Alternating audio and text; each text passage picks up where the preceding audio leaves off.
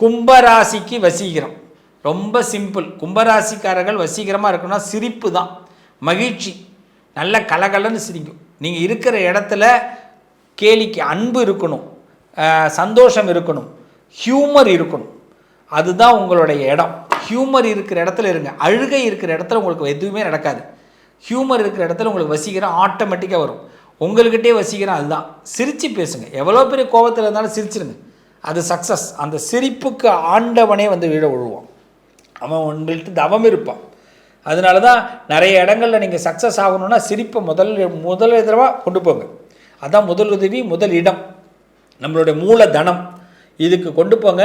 கும்பராசிக்காரர்களோட வசீகரம் சிரிப்பில் இருக்குது. அதுவும் சிறப்பாக இருக்கணும். சும்மா கண்ணாபுரான்னு சிரிக்கக்கூடாது. எந்த இடத்துல சிரிப்பு இருக்கணுமோ அந்த இடத்துல. யார் வந்து கஷ்டமாக இருக்காங்களோ, தோல்வியாக இருக்காங்களோ, இந்த சார்லி சாப்ளின்னு சொல்லுவாங்க.